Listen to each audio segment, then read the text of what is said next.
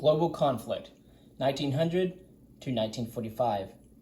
The 20th century, especially in Europe and America, dawned in promise, tempered by apprehension as a Victorian-era worldview collided with new realities, strange, even threatening, that had already began to supplant the old and the familiar. Industrialization jeopardized craftsmanship. Women were restive, agitating for the vote. Authors wrote of estrangement from an unwinding society, yet there was much to wonder at. Only just into the new century, a couple of Americans proved that humans could fly. The horseless carriage gradually came to be seen not as a cart missing its four-legged motor, but as rapid transportation for every man. As people struggled with such developments, undercurrents of political self-determination and nationalism surfaced around the world. In their wake came upheaval and violence on a scale never seen before, as the world plunged into a conflict hopelessly described at its conclusion as the war to end all wars. Economic cataclysm soon followed the military one, as the injurious effect of a collapse in the United States' economy in the early 19th century spread relentlessly around the world. Throwing millions out of work, the Great Depression created global discontent that fostered the visions of two of history's wickedest dictators. Joseph Stalin of the Soviet Union was one, the other was Adolf Hitler of Nazi Germany's Third Reich, who almost single-handedly dragged the world into a conflict even deadlier than the one that had ended just 2 decades before. We must also remember at this time that we have an extreme amount of mass communication due to the invention of the telegraph and being able to communicate globally around the entire world, information being spread to a more greater extent, transportation being more widely extensive, not just with the railroads, but also with transitory flight. We also have other things happening in this time, such as the origination of the nation state, which, in my view, led to global conflicts, in particular World War I and World War II. However, there were a lot of reasons and causes for why these wars started, before, between, and after. So, with that being said, let's talk about the revolution in transit from 1900 to 1930. I won't go into mass communication, but I will briefly touch on mass production, I'll say. So, in the world of transportation in 1903, was a prophetic year. Henry Ford established the Ford Motor Company in Detroit, Michigan, and on December 17th, near Kitty Hawk, North Carolina, Orville Wright became the first person to pilot an aircraft other than a balloon and powered flight. So, in relation to that, I'll go into a little bit about the mass production. So, as have many other titans of industry, Henry Ford depended on inventors who had preceded him in developing his revolutionary advances in mass production. Eli Whitney had come up with a device that followed a pattern to shape parts so nearly identical to each other that they could be used interchangeably in larger assembly. Guns for the United States Army, in Whitney's case. Called the milling machine, Whitney's invention made mass production possible by substituting unskilled machinery operators for master craftsmen who, try as they might, could not reproduce parts accurately enough for one to be used in place of another. Nor did Ford invent the assembly line. George Eastman used an assembly line in sorts of development, film, and print pictures, and Ransom Olds, father of the Oldsmobile, first adapted the idea to automobile production. But you know, the assembly line was not something a part of the modern world. They had assembly lines in the ancient world. Factories were a product of the ancient world. However, they just hadn't become industrialized. With that being said, Ford's contribution was to animate the assembly line with a conveyor belt, which brings work to the workers at a steady pace without interruption. When the moving assembly line was inaugurated in 1913, it allowed the Ford Motor Company to bolt together a Model T in 728 minutes. In less than 2 years, the time required to produce a car dropped to 93 minutes.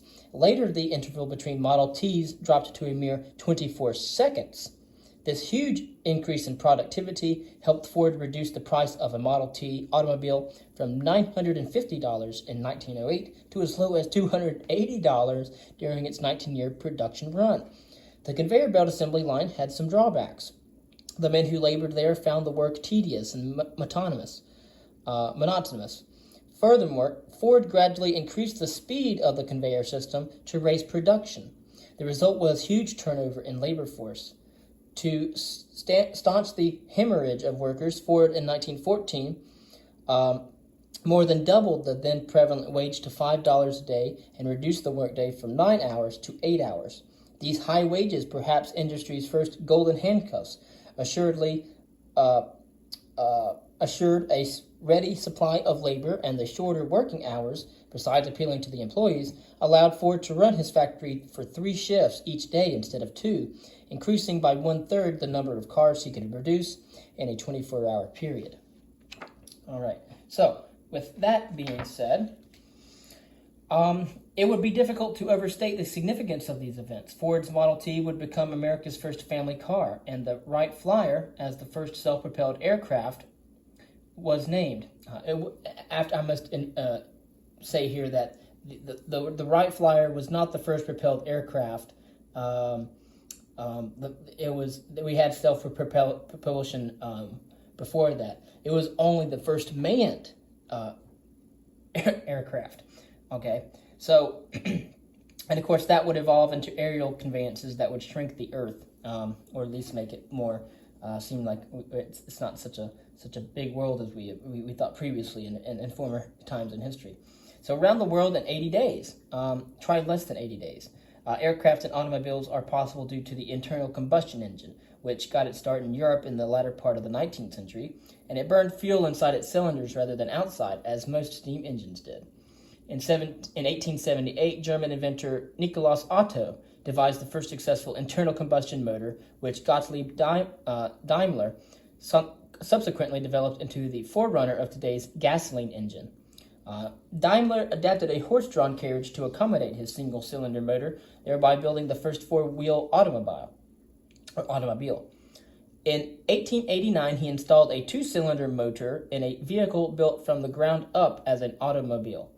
Equipped with a 4-speed transmission, it could chug along at 10 miles an hour. In the early 1900s, the horse still reigned, and automobiles were expensive, unpopular, and fragile. The cheapest car cost twice a worker's annual pay, which brought an incomplete vehicle without bumpers or headlights, which were purchased separately. Cars were smelly and noisy, prompting attempts in some cities to ban them. They hadn't the power to climb a steep hill, and they broke down on a regular basis. But this would pass. By 1913, the American demand for cars prompted Ford to boost production with the first continuously moving assembly line. While Ford concentrated on cars for every man, quote, "I will build a car for the great multitude," end quote, he had promised in 1903. Others aimed for speed and luxury. In 1908, Italy produced the Isotta Fraschini Tipo FE car. With a 4-cylinder engine developing a mere 8 horsepower, the Tipo FE had a top speed of 56 miles an hour. By 1926, French manufacturer Bugatti had built the Type 35B. With a supercharger to pump more fuel into its 130 horsepower engine, this fabled machine could accelerate to 130 miles an hour. On the luxury front, Cadillac came out with the Model 30 in 1912. Chief among its innovations was the Delco electrical system, which included a battery to power electrical lights and the piece de resistance, an electric starter motor. The days of hand cranking the engine were numbered.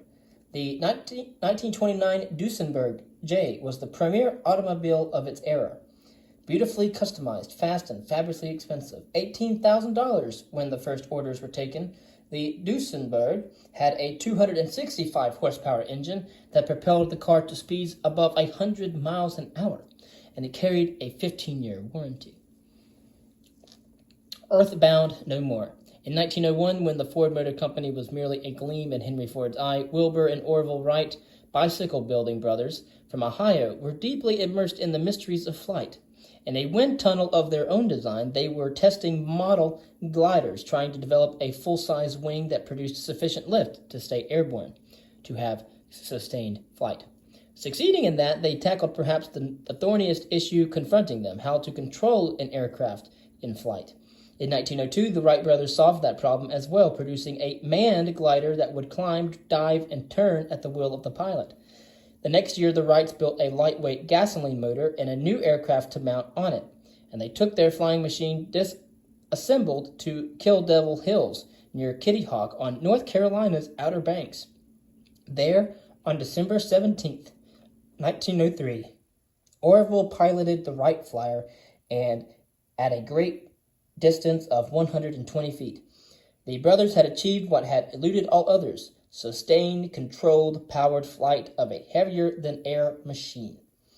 Where the Wright brothers led, others soon followed. Not 3 years later, partisan Alberto Santos Dumont, a Brazilian by birth and well experienced in lighter-than-air conveyances called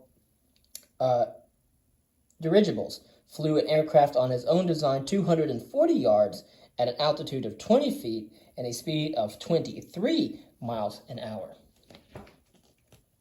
French inventor Louis Ballot developed a monoplane with a 28 horsepower engine in 1909. In it, he had made the first flight across the English Channel, a 24-mile excursion that took 37 minutes. An alternative to heavier-than-air flight was the airship, in essence a balloon filled at this time with hydrogen gas and outfitted with engines and rudders for steering. German airships, called Zeppelins after their inventor Count Ferdinand von Zeppelin, are perhaps the best known. In 1910, Germany established the world's first well-financed airline company. Called DLAG, it operated 4 airships that during the next 5 years carried some 34,000 passengers on 1,588 flights. In 1909, just a year before DLAG began carrying passengers, the United States Army had purchased an improved Wright Flyer. Designated Signal Corps Airplane No. 1, it was the world's first military aircraft, but by no means the last. Just 5 years later, Europe would be embroiled in World War I, and aircraft would see extensive use, first in reconnaissance and then in combat. In wartime, technology often advances rapidly, and aviation in World War I was no exception. Airplanes flew progressively higher and faster. Armament evolved from an occasional brick thrown by one pilot at another to pistols, and on to machine guns firing between spinning propeller blades. Airplanes made heroes of some pilots. Manfred von Richthofen, Germany's Red Baron, shot down an amazing 80 enemy planes. America's top World War I ace, Eddie Rickenbacker, destroyed 26. Aircraft became larger in order to carry heavy payloads of bombs to drop on enemy trenches. Germany had the Gotha bomber, which carried a crew of 3. Great Britain's Vickers introduced the Vimy, the largest biplane built in England in 1917. Such flying machines could take on extra fuel instead of bombs, greatly increasing their range, perfect for the broad expanses of water that seemed a special attraction for aviators. Less than a year after the end of World War I, 2 Royal Air Force pilots of the British forces, John A. Alcock and A.W. Brown, became the first to fly nonstop across the Atlantic.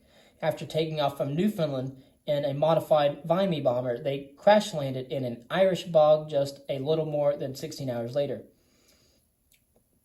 But all this was mere prelude to the greatest aeronautical achievement between the 2 great world wars: Charles Lindbergh's solo flight from New York to Paris in May 1927. Lindbergh was a male pilot in 1926. Some years earlier, Raymond Orteig, a New York hotelier, had offered a standing prize of $25,000 to the first pilot to fly nonstop from New York to Paris. Several pilots had died in their efforts to claim the prize, but Lindbergh was undaunted. He secured financial backing from a consortium of St. Louis businessmen, and in early 1927 he commissioned the Ryan Aircraft Company of San Diego, California, to produce a custom-built plane. Ready in just 60 days, it was named the Spirit of St. Louis. Lindbergh favored maximum fuel capacity for his plane, sacrificing comfort and safety features to get it. When he took off for New York in Spirit, its huge fuel tanks blocked his view. The morning of May 20th, he arrived cold and rainy at Long Island's Roosevelt Field. Despite having not slept in 30 hours, Lindbergh taxied his plane onto the soggy grass airstrip and gunned the engine. So heavily laden with fuel was the Spirit of St. Louis that it barely cleared the telegraph wires off the end of the airstrip. Fending off the sleep of the entire flight, Lindbergh spotted the glowing lights of Paris after dark on the evening of May 21st and landed at Le Bourget Aerodrome. He had been airborne 33.5 hours. Lindbergh became famous overnight. Among other things, a popular dance, the Lindy, was named for him, and his feat focused public attention on the airplane as never before. There can be little doubt that Lindbergh's flight in the Spirit of St. Louis opened the public's eyes to the potential of air travel as had no earlier aeronautical achievement. World War I. During the opening years of the 20th century, civil unrest was much in the air. Revolutions occurred in Russia from 1905 to 1907, Turkey in 1908, Mexico in 1910, and China in 1911. These revolutions had mostly local consequences, but another, founded on the nationalistic aspirations of Serbs in the Balkans, would plunge the world into a cauldron of conflict. In 1903, the Serbian army officers killed King Alexander, an unpopular autocrat of the First Order, and established a democracy. Impelled by nationalistic fervor, the government showed unrest among Serbs in neighboring Bosnia and Austria-Hungary in an effort to unite all Serbs into a single state. To prevent this outcome, Austria-Hungary invaded Bosnia in 1908. 3 years later, 11 Serbs, including army officers of high rank and some government officials, formed what was called the Black Hand Secret Society. It was from 1911 to 1914. Its intent was to unify all Serbs through the violence of terrorism. Within 3 years, the Black Hand had established a strong network of revolutionary cells throughout Bosnia and had more than 2,500 members, most of them junior officers in the army.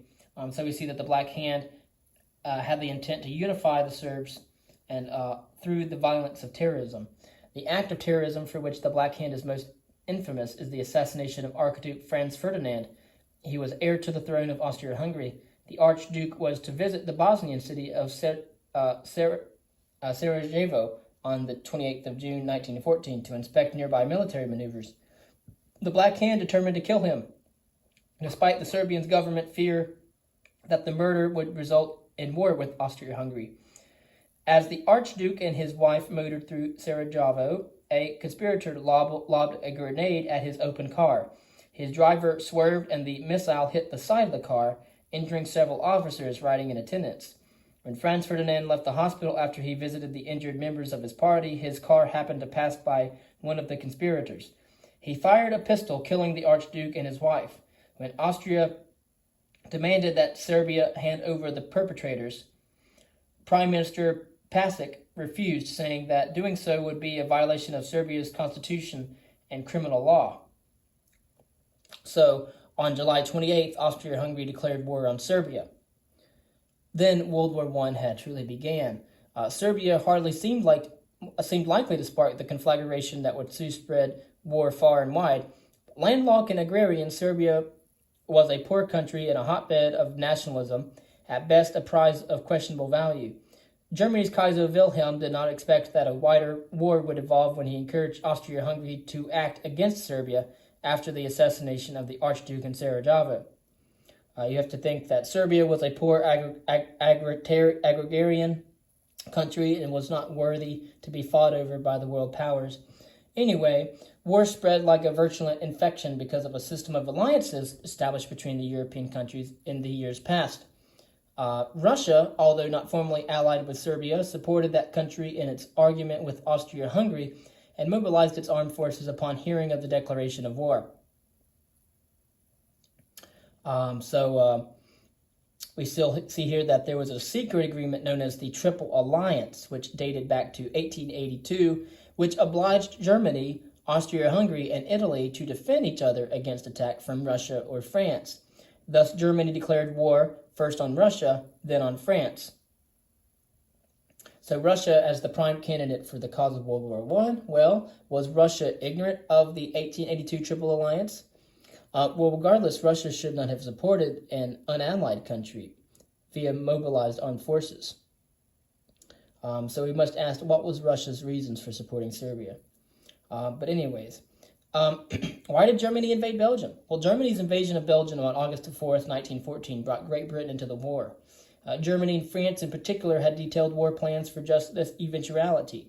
The Schieffelin Plan called for Germany to send the vast majority of its army through Belgium to defeat France from the north before Russia had a chance to mobilize. That's the answer. So with France subdued, Germany calculated that Britain and Russia would stay out of the conflict. France had Plan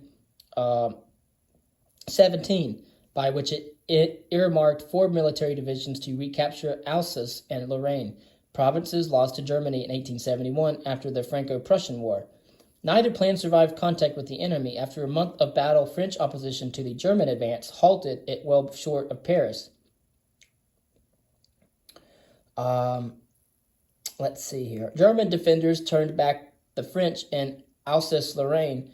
Mutually thwarted, the two sides dug in, the Germans to defend French territory that they had captured, the French to regain it. Soon, elaborate trench lines snaked across France from the English Channel to the German border south of Luxembourg. For most of the war, combat surged back and forth, east and west. Sometimes a few miles of ground was exchanged, sometimes only a few yards. The carnage of this kind of warfare is staggering. At the Battle of Ypres, which began in mid-October of 1914 and ended on November 22nd, Germany lost 130,000 soldiers killed and wounded. The British Expeditionary Force lost more than 58,000 defending it and ending the unit's combat effectiveness. French losses numbered 50,000.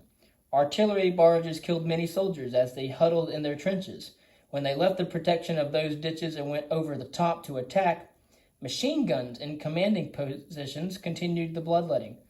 A second battle at Ypres in the spring of 1915 saw the first effective use of poison gas in the war. On April 22nd, the Germans released thousands of canisters of chlorine gas against French troops along a 4-mile front, killing some 5,000 and injuring hundreds more. The Battle of the Somme, fought between July the 1st and November 18th of 1916, dealt death wholesale. An 8-day artillery barrage against German positions preceded a largely British assault. The body count shows the ineffectiveness of the barrage. On the first day, there were more than 57,000 British casualties, a one-day battlefield record that has yet to be eclipsed. The failure of Germany's Schieffelin Plan to overwhelm France gave Russia ample time to mobilize. By late August 1914, the Russian army had suffered a bitter taste of war. German forces encircled the Russian Second Army at Tannenberg in East Prussia, now Poland. Lack of information about German movements helped set the trap. Intercepted Russian radio transmissions sent uncoded told the Germans all they needed to know of Russian plans. In 2 days, the Germans captured some 90,000 Russian soldiers and wiped out nearly half of the Second Army's 150,000 troops. Far from Europe, the war raged with no less fury. French and British forces attacked German colonies in sub-Saharan Africa. But the Turks of the Ottoman Empire were the main foe outside of Europe. After Turkey joined the Central Powers fighting with Germany in October 1914, Britain sent troops to the Middle East. Some of them thrust out of Egypt across the desert of the Sinai, eventually taking control of Palestine from the Turks. Others sought to protect British oil interests in the region. Pushing northward from the Persian Gulf port of Abadan into Mesopotamia, now Iraq, British forces under General Charles Townshend initially made good progress against the Ottoman Turks, capturing the town of Kut in the fall of 1915. A year later, however, a Turkish force of 30,000 besieged the town. Despite the British attempts to relieve the defenders, they surrendered after 143 days. More than 11,000 British and Indian troops were taken prisoner. In the end, British forces would prevail despite such setbacks. By the end of the war, their advance through Mesopotamia would take them as far as Mosul, north of Baghdad. Beneath the town lay huge reserves of oil. In January 1917, the Germans began an effort to defeat Great Britain by siege. The Germans' plan was to order their U-boat or submarine fleet to sink any ship approaching Britain, combatant or merchantmen. Germany expected this policy to bring the United States into the war, but perhaps not before Britain surrendered. England, Admiral Holtzendorf, chief of the German Navy, had written in December 1916, quote, England will be forced to sue for peace within 5 months as the result of launching an unrestricted U-boat war, end quote. Holtzendorf's prophecy as a German was wrong. The campaign failed to force Britain to its knees. The German U-boats had not been particularly discriminating in the past, reserving the right to sink any ship belonging to Britain or its allies. On May the 7th, 1915, U-20 had sunk the British ocean liner Lusitania, which was carrying some munitions as well as passengers and other cargo. Of those aboard the liner, 1,198 died, among them 128 Americans. At the same time, the United States contented itself with protesting the incident. But Germany's formal announcement of its unrestricted submarine warfare policy led the United States to break off diplomatic relations in February of 1917. The incident that compelled America to declare war was a telegram from Arthur Zimmermann, German Undersecretary of State for Foreign Affairs, to the German ambassador in Mexico. In the message intercepted and deciphered by the British, Zimmermann sought to incite Mexico against the United States. To the Mexicans, Zimmermann wrote, "We shall give general financial support, and it is understood that Mexico is to reconquer the lost territory in New Mexico, Texas, and Arizona." In the wake of this provocation, the United States entered the war on April 6, 1917, allying with France, the British Commonwealth, Italy, Japan, and other countries large and small against the Central Powers, Germany, Austria-Hungary, Bulgaria, and Turkey. As the first troops of the American Expeditionary Force debarked in France near the end of June, the United States Army was about 500,000 strong. Within a year and a half, it would grow to nearly 3 million, about two-thirds of whom would eventually reach France. So we see that the Americans enter the war because the Germans are trying to entice the Mexicans to recapture land in the Americas. The flood of American men and material ultimately turned the tide decisively against the Germans, who in the spring of 1918 launched several offensives in an effort to regain the initiative. None succeeded for long.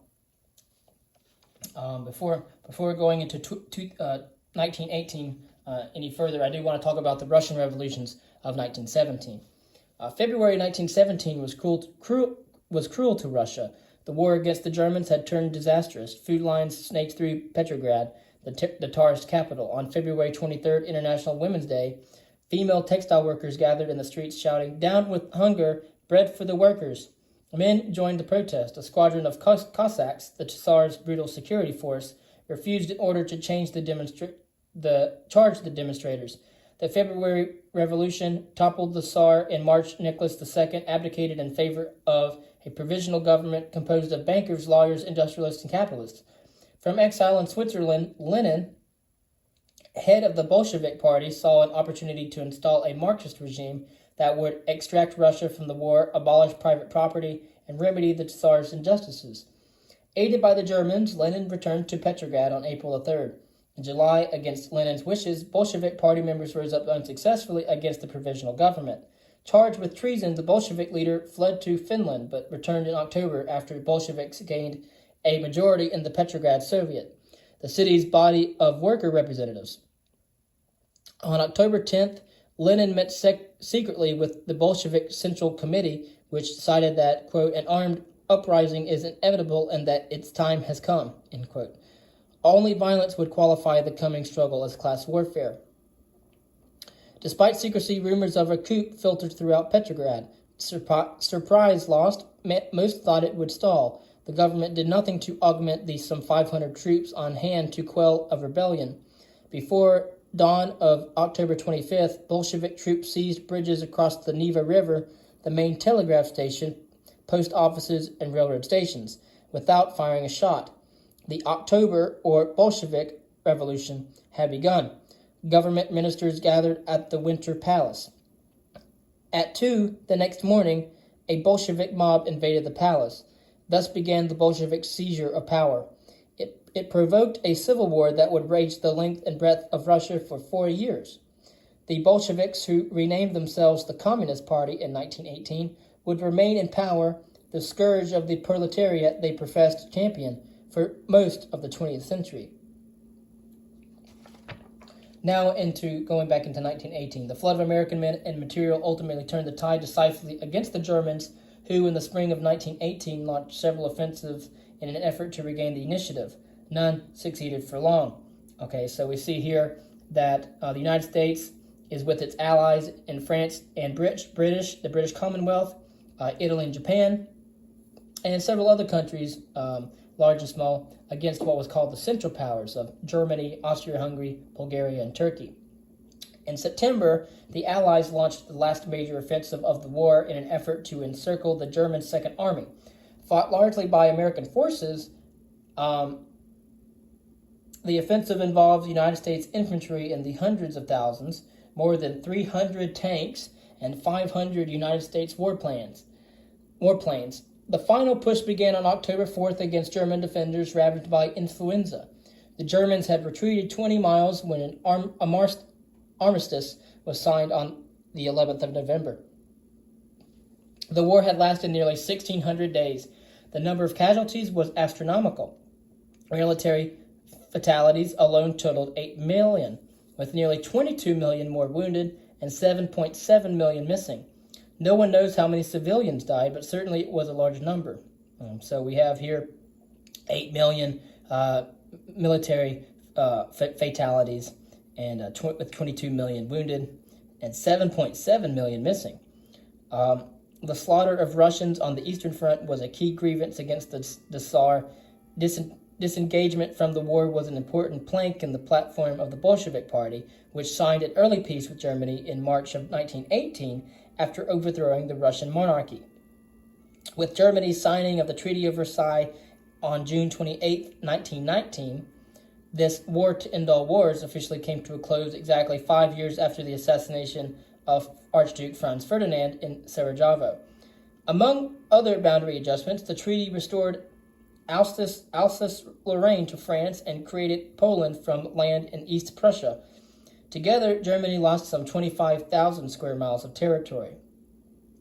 Moreover, the treaty forced Germany to admit guilt for the war, to limit its army to 100,000 troops without heavy weapons, submarines, or aircraft, and to pay billions of dollars in reparations. The Treaty of Versailles also established the League of Nations, proposed by United States President Woodrow Wilson, as a forum in which nations could settle their differences. Other peace treaties dissolved the Austro-Hungarian Empire, lopped off 3/4 of Hungary, and divided Turkey between the British and the French. Far from ensuring the peace, however, these treaties set the stage for future conflict, which came to Turkey in 1920 in the form of a rebellion against the Sultan, who had signed the treaty. Soon after he was deposed in 1922, the Turks attacked European forces occupying their lands. They succeeded in ousting the Europeans from Turkey, as well as nullifying reparations and limits on its military forces. Germany's burdens under the Treaty of Versailles took longer to erupt into violence, however. The injustice of having to accept complete blame for the recent war, even though Austria-Hungary had initiated hostilities, as well as the financial burden of reparations at a time of worldwide economic depression, formed the backdrop for Adolf Hitler's rise to power as dictator of the Third Reich.